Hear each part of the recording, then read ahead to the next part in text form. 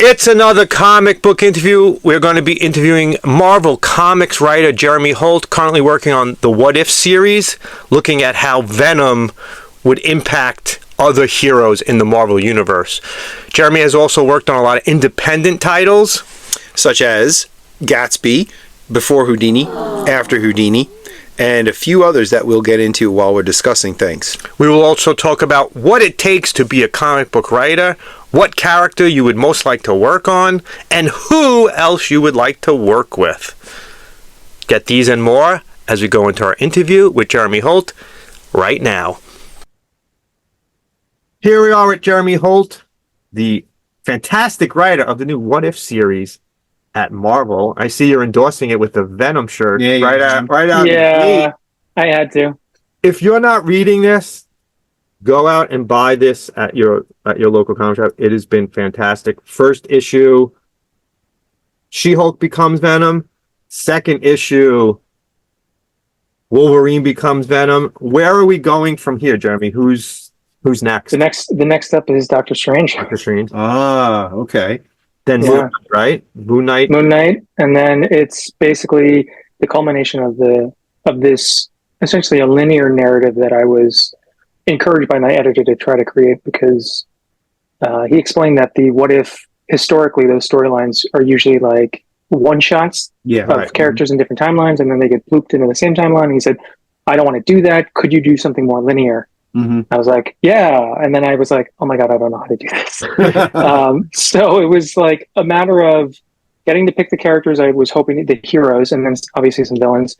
And then I lucked out because of all the opportunities to do a Marvel miniseries. I got to do a revisionist history of a character. So I wasn't totally locked into continuity. I mean, I was being checked along the way when I'd write outlines and scripts and whatnot, but mostly I was able to just kind of be let alone to my own devices, which was nice. So how did this come about? How did the writing? It all stemmed from maybe like 3 years ago. I was asked to do a 5-page short in their Voices anthology. Yeah, I love those. I love the Voices anthology ones. They're fantastic way for us to experience new writers and new artists. Yeah. Exactly. I wasn't aware of them, so I knew that. Going even further back, I've been trying to get in with Image Comics since I started writing comics in 2008. And I knew that once I did an Image series, and if it was received well enough, that inevitably someone from Marvel or DC might come knocking. And it happened, because it has happened to all my friends before me. And so it started with the Voices anthology. So I did a silhouette story for the first one. And then the second one was more AAPI focused. And I did I did Mantis, and my goal there with my editor was to change her from green skin tone to flesh tone, which was also a challenge. Yeah. And then the third one was Silk, and I told that exclusively through a first person POV. Mm-hmm. And my editor on that story, when I pitched the first person POV, he said absolutely not. And I said, I'm either going to do it this way or I'm not doing it. And he said, okay, let's see layouts. And then he got this great artist, Eric Coda, to do it. And as soon as he saw the layouts, he's like, this is awesome. So I think because of the boldness I had with that story, it encouraged him to come back to me like essentially a year later. I was like, hey, do you want to do something longer form? I was like, yes. And so he's like, what do you think about What If? I said, sure. And so I just went from there. So you didn't write a pitch for it originally. It was just, they just said, like, do you want to work on What If? Yes. I had to pitch, and because he wanted a linear narrative, I had to pitch a overarching story over 5 issues. And I felt lucky that he's like, I want you to do all 5 issues instead of me outsourcing this. So I had to pitch. The initial pitch I wrote was rejected because he's like, this is not a What If story. I was like thinking larger, like a symbiote invasion and stuff. He's like, no, this doesn't work. But I like it. But let's save it. And I was like, okay, maybe I can revisit that someday. But then I actually went back and thought about it, and it helped because I said, where can I start with Venom? And he said, anywhere. And so I said, I want to start from the beginning. Oh, that's great. So did you get to pick the characters that the symbiote was attaching to? So all of these are your choice. That's nice. That's They were all like my first round picks, essentially. Like I swang for the fences. I was like, I want to write for all these characters. I specifically want to do She-Hulk because to be honest. I actually fell in love with the character through the MCU TV series. Okay. Yeah.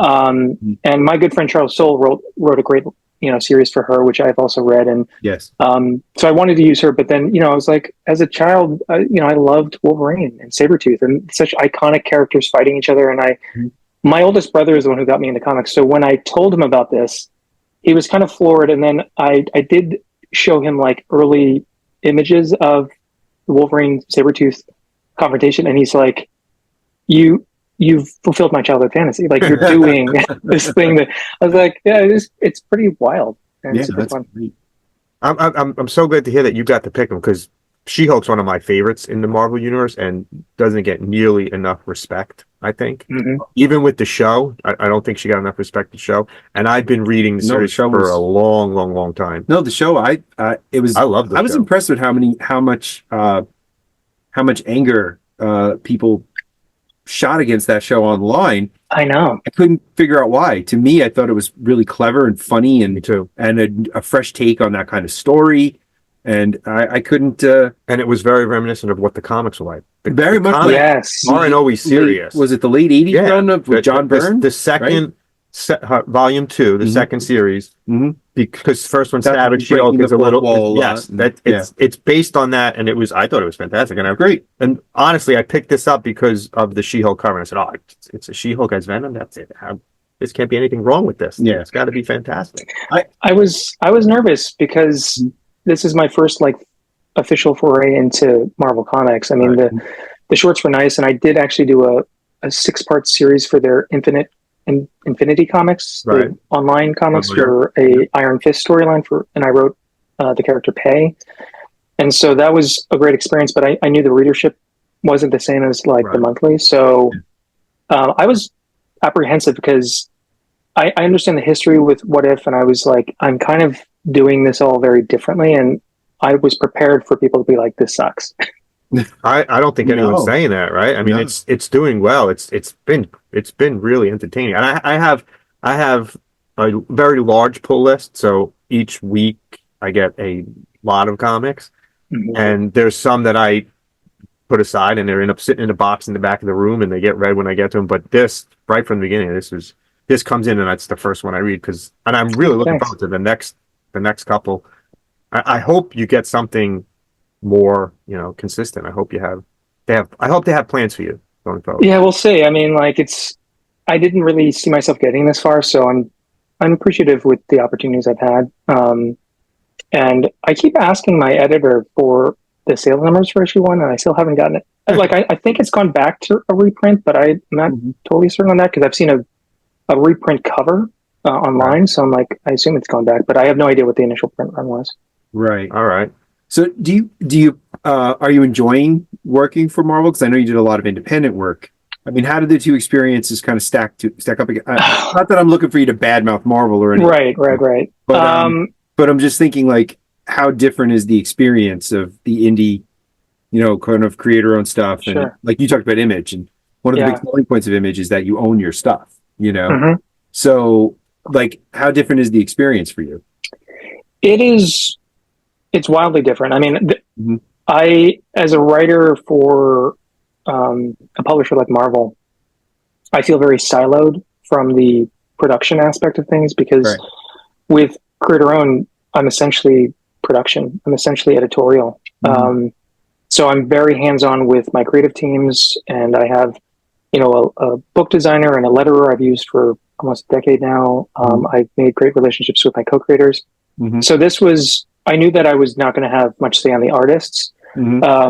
But I will say that the massive learning curve for me was understanding that editing and editorial, when it comes to finalizing lettering and finalizing the overall story for each issue, happens very late in the game, which is not what I'm used to. I mean, I've worked for other publishers where there's an editorial staff, and like, I'll get notes on my outlines, I'll get notes on my scripts. And Marvel, I thought it was going to be very smooth sailing because I got notes on my scripts, but nothing major. And it wasn't until the lettering was coming in, and it was made clear to me, just with the interactions with editorial, that they don't like silent panels, and I live for a silent panel. So they're just like, we need stuff here. I was like, I don't want to but okay, fine. And so like it was a learning curve there where it's like Yeah. you can do it well. It's just to me, I feel like I understand why Marvel works this way. I hope that it doesn't always stay that way because I think there's a lack of trust in the art when that happens. Because the art is also part of the process of communicating the information. And like if you're just cramming words and captions, you sort of pull away from the art's ability to speak for itself. Yeah. Oh, yeah. It's funny. You made me think of this comic from when I was a kid that I loved. It was an issue of G.I. Joe that I think Larry Hama did it, and there were no words at all. The entire comic is silent. Oh, wow. It's called Silent Interlude, and it's a one-shot story, zero dialogue. And I think it was because they were running up against a deadline, and something with the original story fell through, and this was the fastest thing he could do, to reach the deadline. And it actually, so many people who have read it when they were kids. Snake Eyes. Yeah, it's a Snake Eyes story. And they still talk about it to this day. They read it 40 years ago or more. And they're like, oh, that was incredible. Like, because you weren't prepared for what it was going to be. You just got it like every other issue of G.I. Joe. And you read it and you're like, there's no words. But it tells the story beautifully.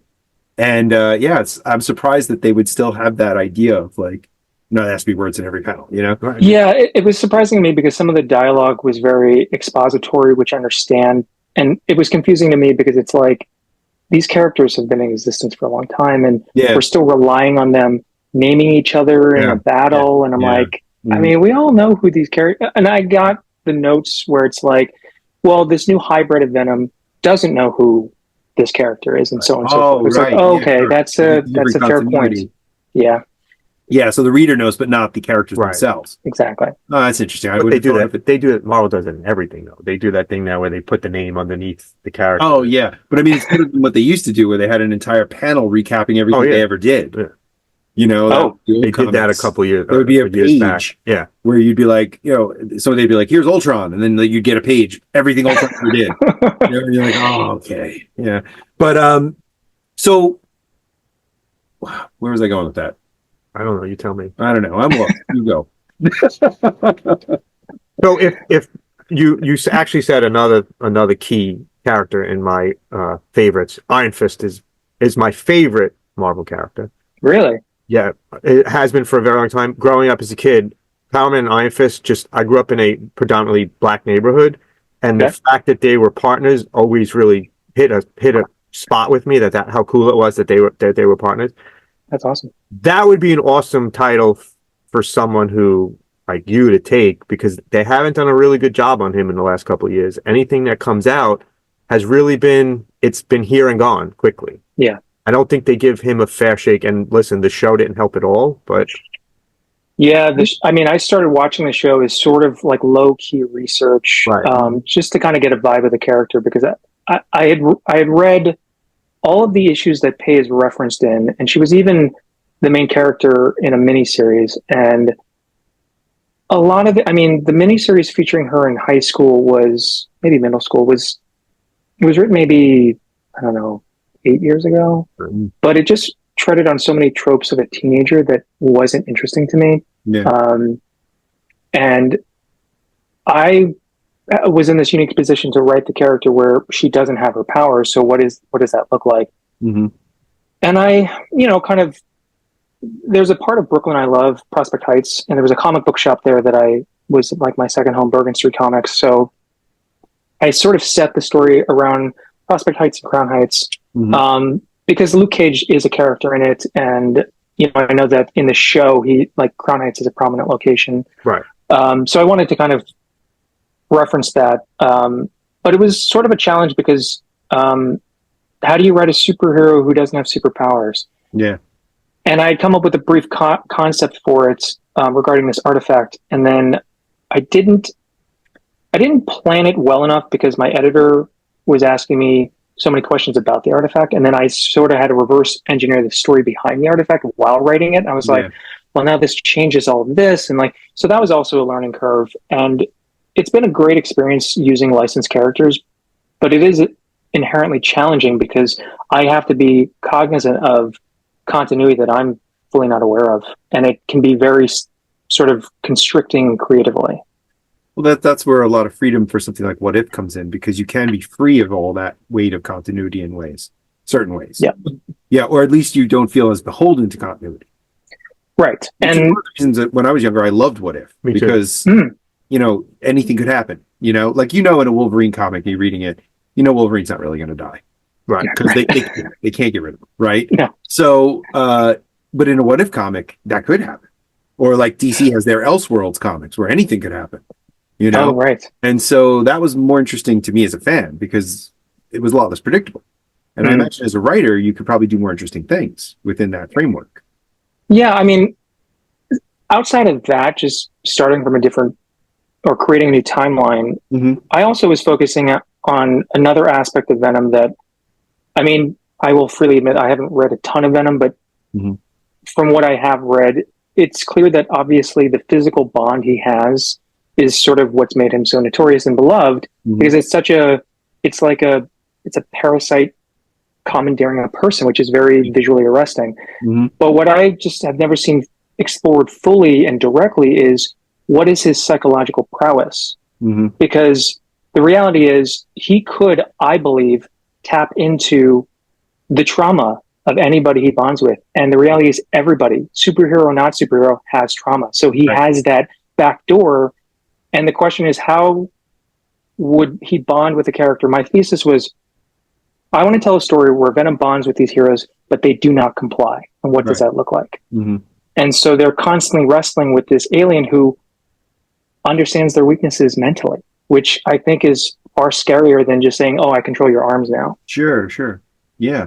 It's funny that kind of somewhat goes up against something else I wanted to, or touches on something I wanted to talk about, with a theme of a lot of your work seems to be identity. And is there a character you feel in mainstream comics that you think you'd like to take on with that theme? Like, is Venom that character? Because I mean, it does, because you do have two very different identities going on in anyone who, in this scenario, who, anyone who gets venomized, quote unquote, you've got a sort of interesting dichotomy going on somewhat. That's interesting. I actually wasn't looking at Venom from an identity standpoint, but that's really interesting. But another mainstream character that you think like, oh, this would be a great character to explore this idea. I think honestly, doing the 10-page story for Cindy Moon for Silk, I would love to do more with that character. I just think that her sort of fractured memory, being stuck in a bunker, like trauma, just big T trauma. Like, I would love to explore that from a more grounded level. She's fighting heroes, but I would like to expand upon the short that I did. Maybe not tell it exclusively through first-person POV, but I think that would be my strongest way into the Spider-Verse. But outside of that, I mean, I've always wanted to write for Jubilee, and I have an idea for Jubilee's son, who I understand doesn't have a lot written about him. He's adopted, and as an adoptee, it's like, oh my god, I could write that character. And so I have a rough idea of what I want to do with that character that would involve Jubilee and Logan, because I didn't grow up reading comics, but my oldest brother had them around, so I was very familiar with I think it was Jim Lee's run on the X-Men, so like the Logan Jubilee, father daughter friend relationship always captivated me, and I'd love to work that in where it's focusing on the son. He's like maybe having an 18th birthday, and his mom's just never around because she's busy doing whatever she's doing, being a superhero. And Logan, my idea is Logan comes knocking, is like, I know where your family is. You have to come with me. I know who your parents are. And so, of course, he's like, I gotta go. And it's this bigger narrative, and it's sort of like a lone wolf cub kind of motif. But yeah, that's something I would definitely want to tackle if ever given the chance. Have you pitched that yet? Yeah, I have. And like, pitching at Marvel is weird. It sort of goes in and then nothing comes out. So like, I pitched it, and then I get a response saying like, oh, we already have plans for this character. And I was like, news to me. I mean, I've looked on your wiki. There's literally 1, 2, 3 sentences about this character, but okay. And so I'm sort of relegated myself to the idea that they've probably taken that, and they might be using it for other reasons. So like anything I pitch, unfortunately, if I don't have an editor coming to me, if I give something, there is a possibility that it's literally out of my hands. Right. Right. Yeah. Yeah. Right. But as of right now, you have nothing coming up. They don't have you. Once What If ends, you have nothing else to speak. Are you working on anything your own? You have any? Yeah. I have a graphic novel that hopefully will be getting announced in the next couple weeks, maybe. But that's through a book publisher, Abrams. But that's a young adult graphic novel. It's creator owned, and then. I have something else that I can't speak about, which I'll happily tell you both after the podcast. That I just received the offer, and it's going to happen, which is exciting.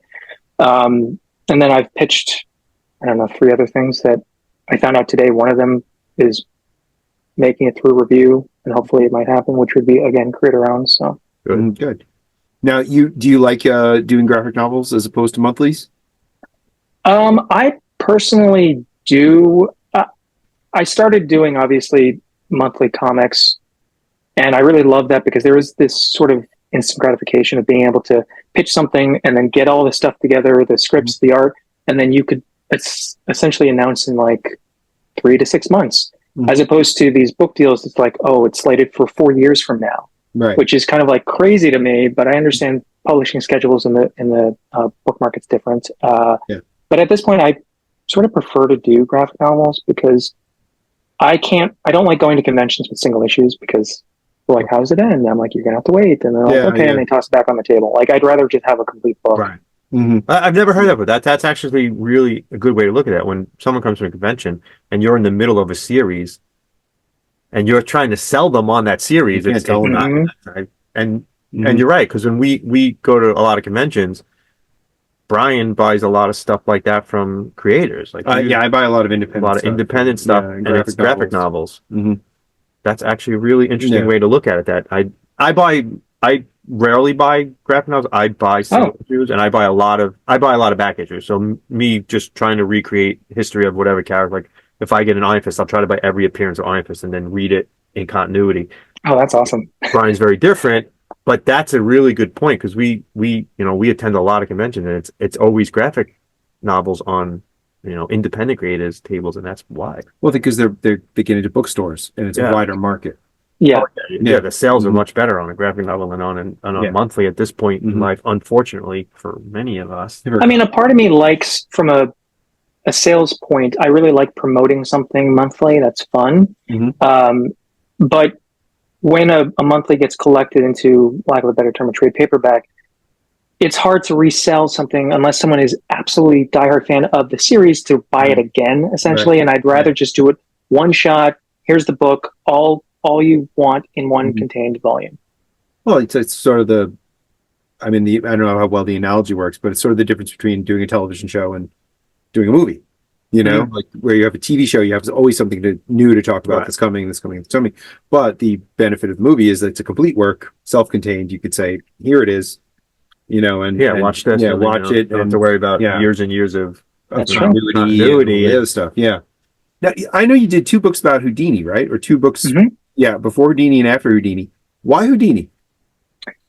Honestly, that was because of the artist. I was working with, so I'm good friends with an artist, Trad Moore, who's become very well known at Marvel. And his roommate in college, they graduated together, and his roommate, this guy, Kevin Ziegler, is a very talented comic book artist, was looking for a project. This is like 2010. And he's like, work with Kevin, but you got to really motivate him. I was like, okay. So I was pitching him all this stuff, and like he was kind of getting some things to me, like a character sketch here, maybe a cover idea there. Yeah. But again, like Trad was right, like he really lacked the motivation. So I said, you know what? Forget my ideas. What do you want to draw? And he just was like, I love Harry Houdini. I was like, I'm going to come back with you with an idea. So then I just came up with this concept of, other than being the world's most famous magician, Houdini is also a covert spy for the U.S. government. Yeah. In this story, magic is very real, and there's obviously a good and dark side to it, good and bad. And so Houdini, using the Society of American Magicians, which was a society he had founded, is really sort of a defense network of other magicians who sort of defend against the occult. And so Houdini goes to Russia to investigate and doesn't come back. So his government handler ropes his estranged son Joseph into this world of intrigue, and then Joseph has to go find the father he's never known. Oh, it's brilliant. It sounds great. Yeah, that's great. When you were living in Brooklyn, did you ever go to his grave? No, but because it's right there. It's in in cemetery. Yeah. Yeah. A family friend of mine actually bought both books and then went and set it on his tombstone and took photos. And I was like, nice. Oh my God, that's amazing. And then the Houdini Museum in New York City, actually, we did a signing there, which was amazing. And they bought an original piece of art that hangs in their permanent collection. And that's fantastic. This book event was amazing because everyone working was a legitimate magician. So I was watching some amazing illusions while just promoting a book. I was like, this is awesome. That's good. Yeah, that sounds great. Career highlight right there. Yeah. Yeah. Now, if there was any other artist you could work with right now, is there anybody that you would really like to work with? I have always wanted to work with my friend Riley Rossmo. He did the cover art for my very first series called Southern Dog that came out through Action Lab. And I've always wanted to work with him, and our schedules just never worked out. And now he's sort of full-time at DC. Okay. Would want to work with him. God, there's so many names that are escaping me right now. Yeah, he's always been on the top of my list because he was just one of the first people I had ever met in comics, and he was just really nice. And he gave me interesting advice when I first met him, because we'd been talking for a while, just friendly through social media, and then met him at a convention, and we went out and we're just talking shop. And he said, don't pay an artist. I was like, excuse me, you are an artist. He's like, if you're doing creator owned, you want to find an artist that's willing to work for half the IP and back end, because they want to see that through. If you pay an artist, there is a possibility that they just kind of fall away. Like it's just a paycheck and it's not passionate. And I was like, oh, that's really interesting. He said, you're going to get 99 no's, but that one yes is the artist you should try to work with. And starting out, I did have to pay artists because I had no resume. I had no titles under my belt. And so eventually I transitioned into that model, and it helped me creatively because I want that feedback. And when I was paying artists a rate, I often didn't want the feedback because it's like, this is a work for hire, just kind of draw what's in the script. But with the shared responsibility of the creative, my stories honestly got better because I'm writing those scripts, but it's the artist's job to convey the visuals. And sometimes those visuals needed to change and deviate from the script. And those changes often were better. A little bit about your process. Do you write full script, or do you do the quote unquote Marvel style? Never done the Marvel style. I don't understand it. Full script. Does anyone do that? Yeah. Some people do. Yeah. Really? Yeah. Some people prefer it. But they got rid of that. Yeah. No. I think who was it? Was it? Oh, God! Straining my memory here. The Hawkeye series that was awesome. Okay. That great Hawkeye series. Whoever did that did it Marvel. Matt Fraction's Hawkeye. I believe it was. Yes. Oh. Whoever wrote that wrote it. They wanted to try to do something Marvel style, and my scripts are very, I'd say, cinematic. So they're very visually or photo reference heavy. So I will embed links to photo references to just convey the vibe. Like I will write panel descriptions, obviously, but it's so much easier to just find something where it's like, that's the vibe I'm looking for. Yeah. And I just put that in. So it really does save the artist time looking for these images on their own. So I'm very particular, but I'm also not married to my scripts. Like I look at it like, sort of like building a house. Like as long as the walls and the roof stay up, if you want to move furniture around, by all means. Like yeah. And do you try to, if you're working with a certain artist, do you try to tailor the script to do their style? Because I know I know Alan Moore did that for a while with people like Claus Janson. Knowing that they like shadows, they would set things on rooftops, and I've never actually done that consciously. I don't think. There's an artist I've worked with on a couple projects, Alex Diotto, who did I know the name. The first Southern Dog book we did together, and then he did a graphic novel with me called Skip to the End. He's been doing a bunch of stuff with Kurt Pyers at Image. And so for Alex, we had created sort of a shorthand, so I didn't have to describe as much. But he's the only one I've sort of worked with multiple times. Right. Okay. And now, again, back to this idea of identity. I know that you're very concerned with uh, issues among the queer community and Mhm. things like that. And in independent comics and underground comics, especially, that's been around. That's been a subject that's talked about for decades. But the mainstream has been very, very slow in comparison to independents and others in picking up on that idea. Have you seen progress, do you think, from your point of view, or do you think there's still like a really long way to go? No, I think there's definitely progress. Mhm. I think Jadzia Axelrod at DC she's been great with Mhm. the work she's doing. She created a brand new character for them that's really taking on new life in other storylines, which is great. I think that because DC and Marvel do have their sort of Pride anthologies, Yep. that was actually my first foray into DC. Was doing a 10-page story for their DC Pride, so I got to write about Xanth Zhao, who is a new character that was created by oh my god, I'm blanking on their name. But that was an original character, and then I got to partner Xanth with Batwoman, which was really cool because I've always found Kate Kane to be really interesting. Yeah. I actually really, just speaking for myself, I always like Batwoman. I don't know Oh why. yeah. Really, that the New 52 run on that character Hmm. is just so good, and I don't understand why more people aren't reading it. But Which issue of that's DC just Pride me. was that?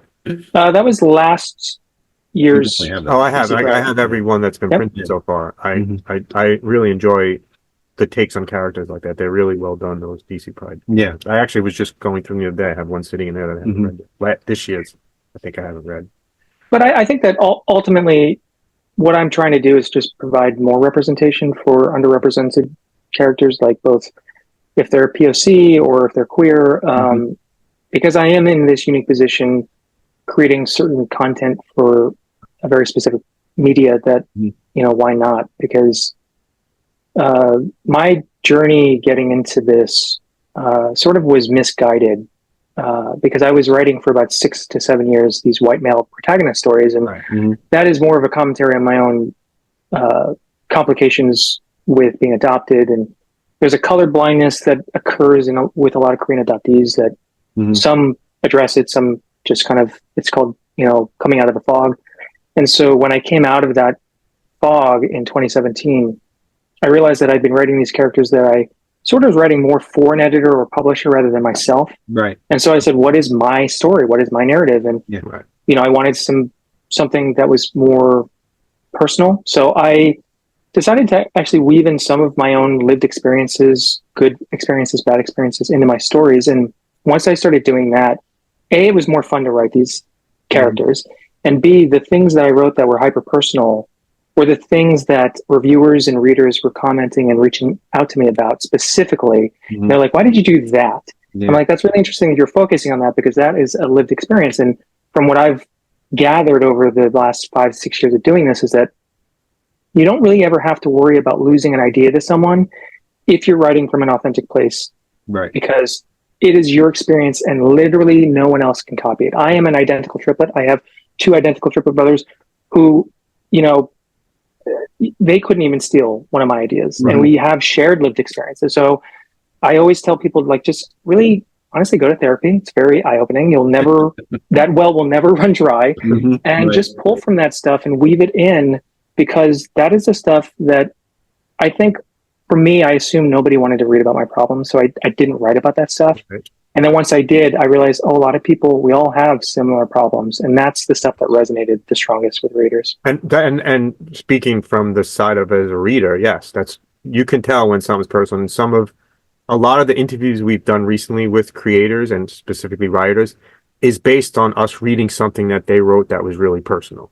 Yeah. So we've interviewed a couple people who are doing stuff from when they were kids and how that impacted them growing up. And it's so much better as a reader because it's so genuine. And I love superhero comics. So don't get me wrong. You put a Superman in front of me, you put a She-Hulk, as we said, in front of me. That's great. But if you put a story about someone's life and it's in some way connected to something that I know, I'll take that every single day. Yeah. So that brings me to a good question. Is there anything that you're reading right now that you would recommend to someone else? Um, Tomorrow and Tomorrow and Tomorrow by Gabrielle Zevin is an amazing novel about the game industry. Mhm. It's much more like Ready Player One is a novel I also loved reading. I love that book.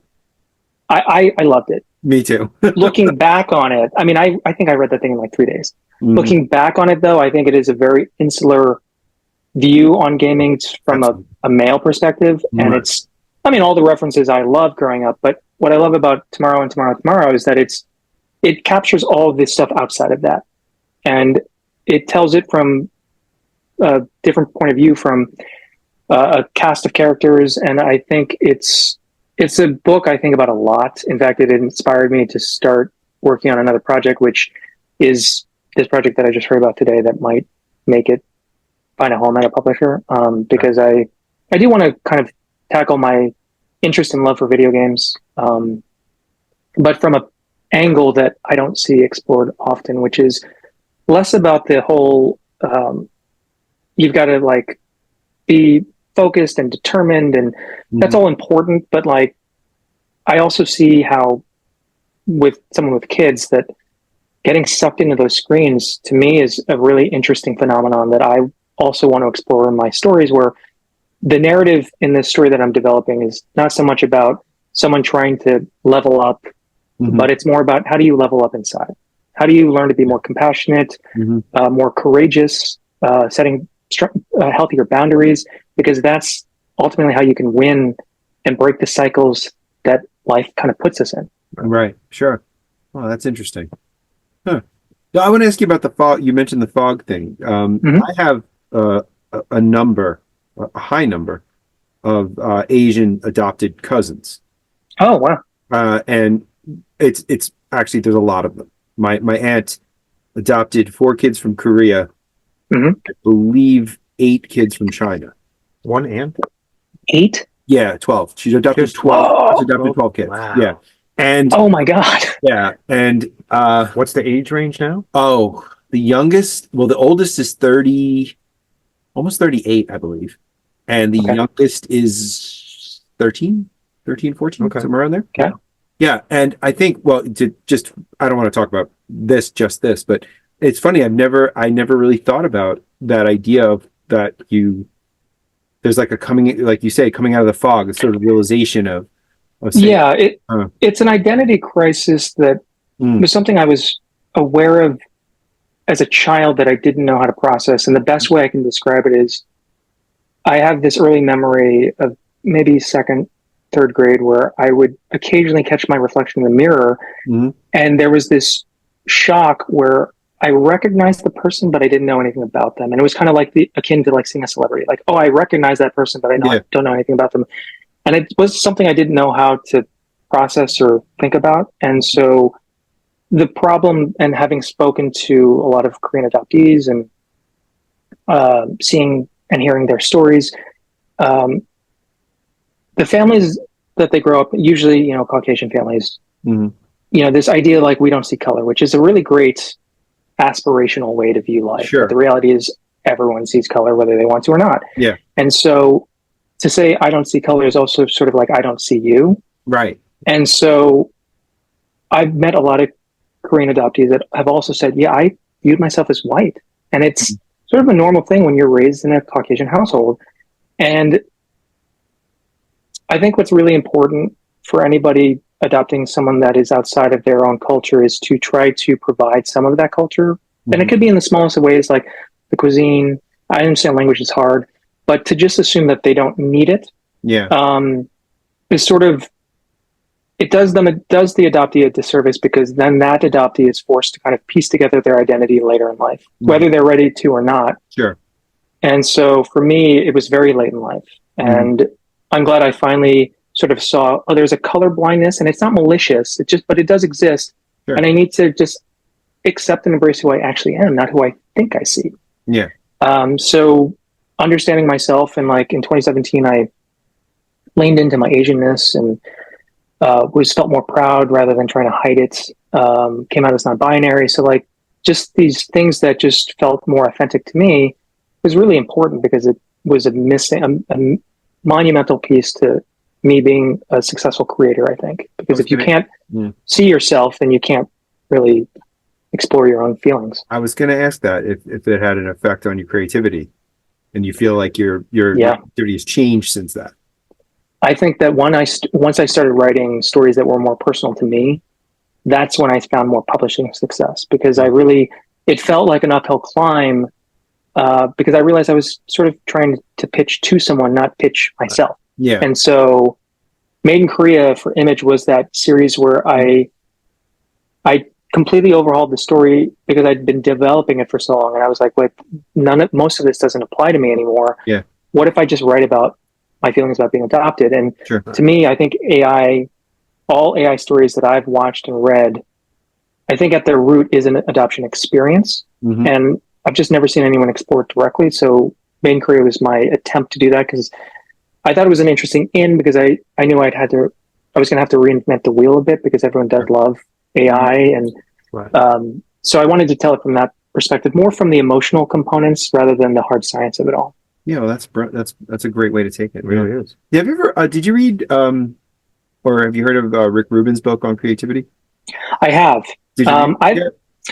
Every time I'm in a bookstore, I see it and I find myself flipping through it. I haven't read it like really sat down to read it, but I do watch his like interviews that he's done over the years, sure to show up on my Instagram timelines, and I will always stop and just listen. And it is really found it interesting. Some of the stuff you're talking about does show up in that book in really interesting ways, and it might be something I would recommend to anybody who wants to do anything creative. He has. Cool. I've recommended it a little too much sometimes.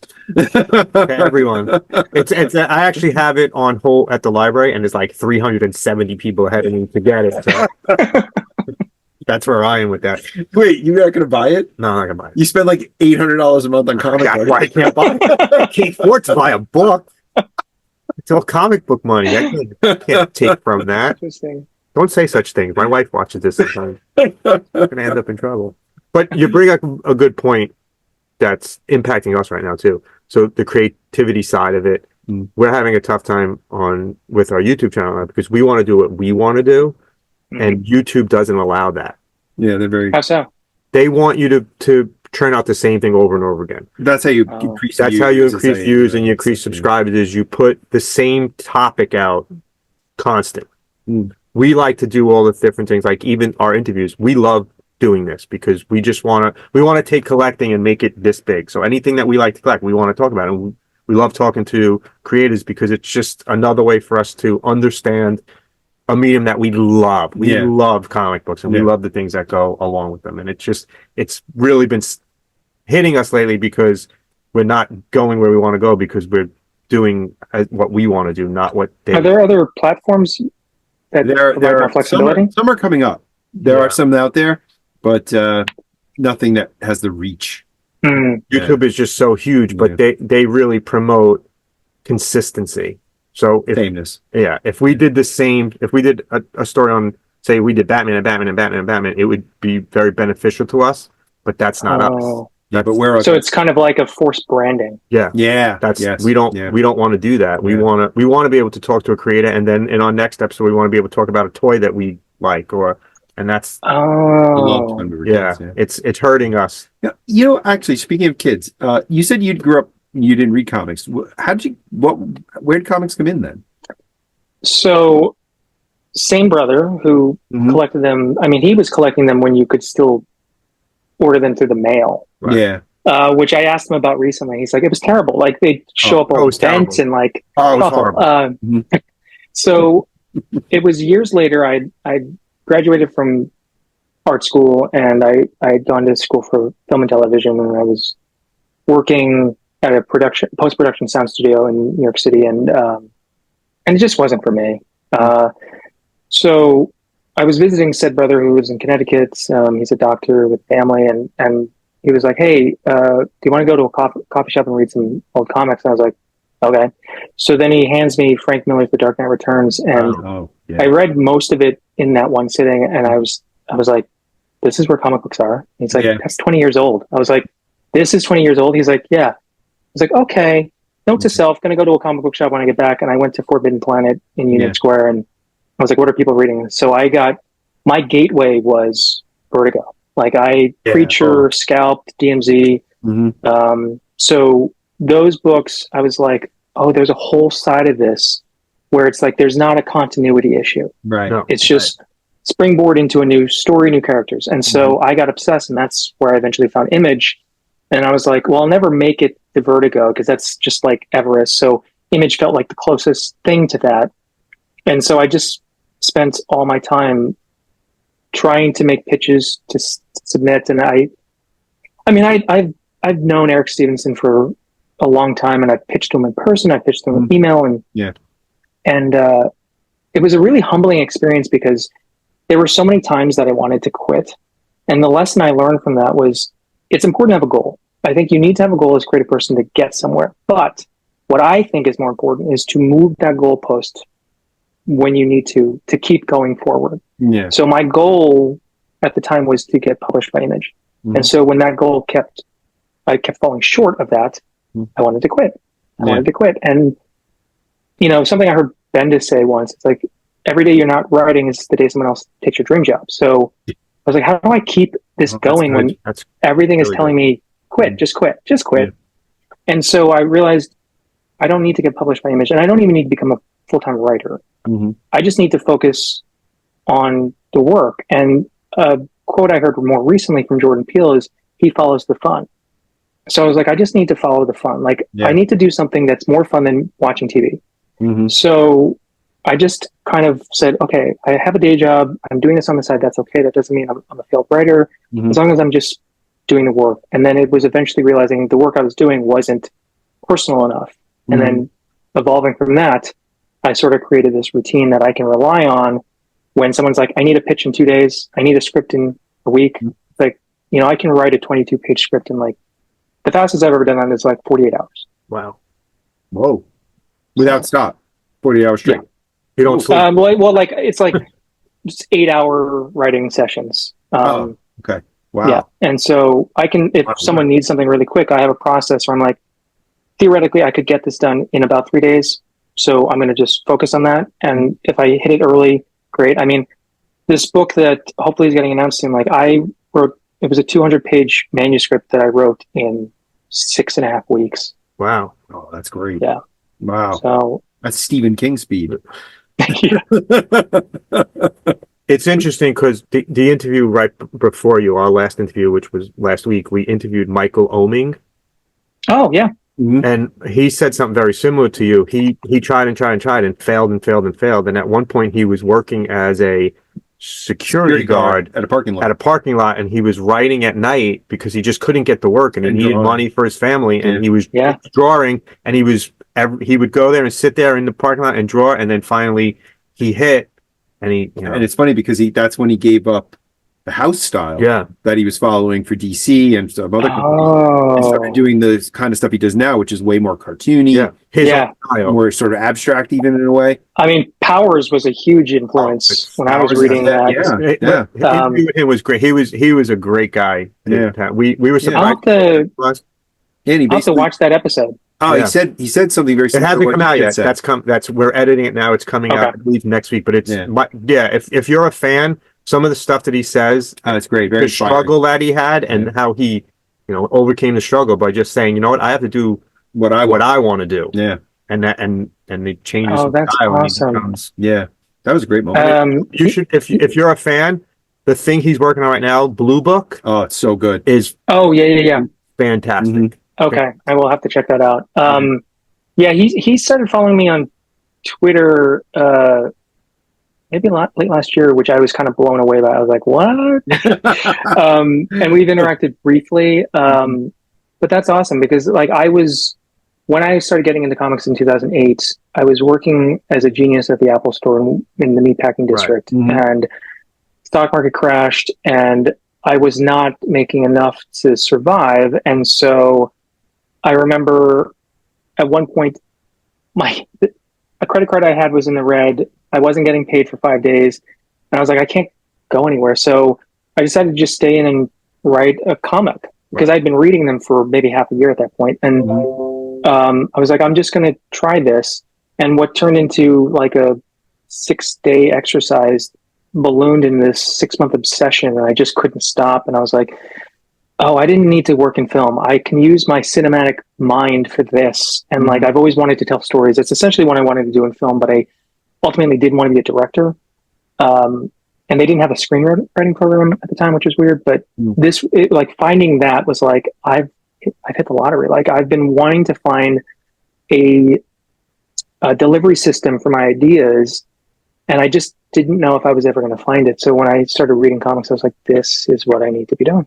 That's a great story. Yeah. I can tell you how many people probably had these mind-blowing experiences with The Dark Knight too. Like that's such a great comic for you have to have got back. I'm sorry.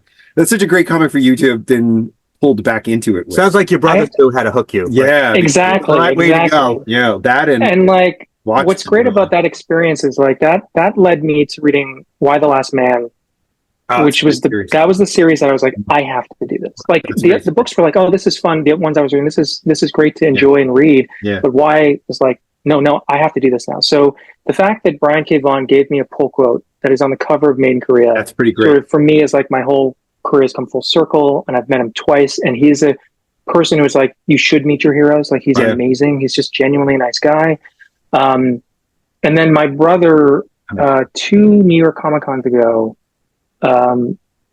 wanted to come through to the show, and he's got 2 teenage daughters, and one of them is really into comics. She's drawing her own comics, and so he's like, hey, can you get us passes? I was like, yeah, I can work it out. And I was on a panel with my publisher, AWA Studios, that published my graphic novel Gatsby, and so he's like, oh, I'm going to check out the panel. Now, historically speaking, for me, I've been on panels where there's like 10 people in the audience, so I was like, you don't have to, like, just enjoy the show. And then we go, and the place was packed. And there was a moment where I was like, have I made it? Like, what is it? And like, it was amazing. And he was in the audience, and I gave him a shout out. I said, this is the man that got me where I am right now, because he opened my eyes to what comics can be. Oh, he's great. He's so good. Saga has been just, what a great experience just as a reader for so many years. And to see, I'm old enough to have seen comics kind of grow into what they are now.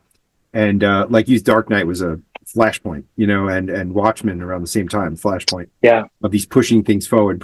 And Brian Vaughan seems to be the guy right now who I think kind of represents how far it can be taken now. I mean, especially with Saga and how many different things on in that book, and just the way it's his creativity is awesome. I mean, like I knew Fiona Staples way back when. Oh, she's great. Before she started Saga, and we'd hang out whenever we were at conventions, and then I had become friends with Steve Niles at some point, and so he had done a book with her, and I remember asking him, I was like, hey, it's great that Fiona's got this like full-time thing with Saga, and he's like, I regret not pitching her something. Like he's like, I didn't have anything for her. And so when I met her, I was like, or maybe the third time we'd hung out, I was like, so what are you working on? She's like, nothing. I was like, nothing. She's like, I did a cover a couple months ago. And then so now she's just kind of like off doing Saga full time. I'm like, that's amazing.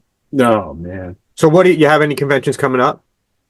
I do actually. All small stuff. Like I got invited very last minute to the Lehigh Valley Expo in Allentown, Pennsylvania. Yep. So I'll be a guest there, which is nice. And then in Kingston, they're actually doing their first small press expo. Oh, nice. Here in Kingston, New York. So I will be doing that. The one in PA is 2 weeks. 2 weeks. And then the one in town is going to be 3 weeks, like the third weekend of April. Both are one-day shows, so it's not super crazy time commitment. Those are the only ones I have planned out of convenience, because when you have kids, everything changes. Yeah, sure. Oh yeah, right. Yeah. We know. Actually, I might tell I got back into conventions when my daughters were old enough to go. We've been going. Oh, awesome! And you do New York Comic Con? I haven't done it in a couple of years at this point. I keep hemming and hawing about applying this year. I really want to try to go to the smaller shows. Like we go all the time. We go to like okay. Like I mean, we love small shows. TCAF is one I want to go to. I do want to see Rose City, because I've heard so many great things out in Portland, even though that is a bigger show. I only went to Heroes Con in North Carolina once, but that was an amazing experience. Jersey has a lot of good small ones that coming up too. We have a couple of good ones. Garden State, King Kong. King Kong is Oh yeah. and King Kong's fantastic. Our Garden Okay. State Fest is coming up. That's in June. We try to go to small ones. We do go to New York Comic Con. Just it's more my kids want to go. I'm just going to say it Sure. outright. I did not enjoy myself the last time I went. Yeah, it's too No. It's too intense. I mean, I died. like 2 Decembers ago, I was invited as a guest to CCXP in Sao Paulo, Brazil, Right. Mhm. and that show is like, I think it's like 5 days, and it makes New York Comic Con look like a small Brazil's show. a huge place for comics right now. Oh my god! And it was so well organized, and I know the organizer, which is why I got invited. And I was talking to him. I said, I just have to commend you on, like, when you walk this convention floor, it's so big you can't see one end. It just goes on, and they have these immersive things with Netflix, and like he basically timed his show when all the other major shows are not happening. So it's sort of, he said there was a vacuum in December where no press happens for Hollywood. So he's like, I'm going to grab all of that. And Hollywood said, yes, we will give you all of it. So the biggest names in Hollywood have all gone to this show for the last few years. And I asked him, I said, how did you think of, like, just, there's plenty of seating, there's plenty of food, there's just, everything felt very relaxed and comfortable, even though it was massive. And he said, I've been to every single major show in the world. Mhm. And he said, I just took notes on what was good and what wasn't. And he said, New York Comic Con was one of the worst he's ever been to. Yeah, it's bad. No, I didn't like it. It's not done well, and we go to a lot of small ones, so we see how much better a convention can be. It's just New York Comic Con it's work. It is a really lot of is. work. It's a lot of work. It's not enjoyable. You can't stand and look at things, and it's people bumping into you. I go every year. But you still go. Because my Have either of you been to San Diego? no No. I haven't either. No. would love to. I happen to have once been in San Diego while Comic-Con was going on, but I didn't go. No. Mm. So it was like I didn't realize that it was going on. This was 20 years ago or more. That you didn't go and you were there. That's a I didn't- fail. How could I have gotten tickets? But this was like Buy 20 them on years the ago. street. And I'm walking in San Diego with my wife. We had just been married, actually. And we're walking, and people in superhero costumes are passing. And I totally didn't make the connection. I had no idea. Oh my My god! wife was like, what the hell is going on? I was like, I don't know. And then someone was like, oh, it's San Diego Comic Con. I was like, oh, of course, that's what it is. You were in San Wow. Diego and you didn't go. I didn't, yeah, no. Hugely disappointed in you. But it was very surreal experience for a few hours there where we were like, what's happening? Why does everyone look like this? I mean, if you don't know, like when you're walking to Javits, and I know you always see the people who aren't aware of what's going on. They're like, Right. what's going on? Yeah, like, what is this? Because it's multiple people passing by. It's funny. Yeah. The second biggest show I've ever been to was we went to the Star Wars Celebration in London, Oh, and what? it's handled so well. Mm. It was huge. I mean, there was thousands and thousands of people there, and a lot of the celebrities, and it was handled very well. And then you go to New York, and you're like, I mean, there's ways to do it, and like Mhm. you know, the one thing that the organizer at CCXP said was for the green room for like talent to Right. kind of take a breather from the convention floor.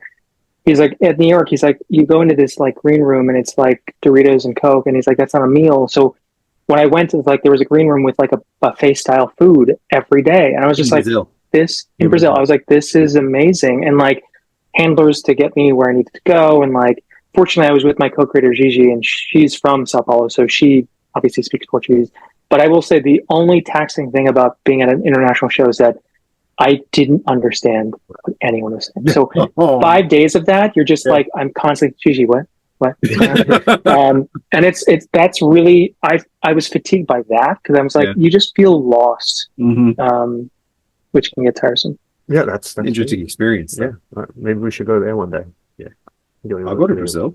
Let's go. What's our budget? Not very high right now. Now, is there anywhere people can find you online? You have, See your job, right? I'm on Twitter and Instagram, Jeremy Holt Books. Mhm. and we'll post all that in the show notes too. I forgot the column you write for Multiversity Comics. Yeah. It's called Strange Love, right? Yep. Get that right? Yeah.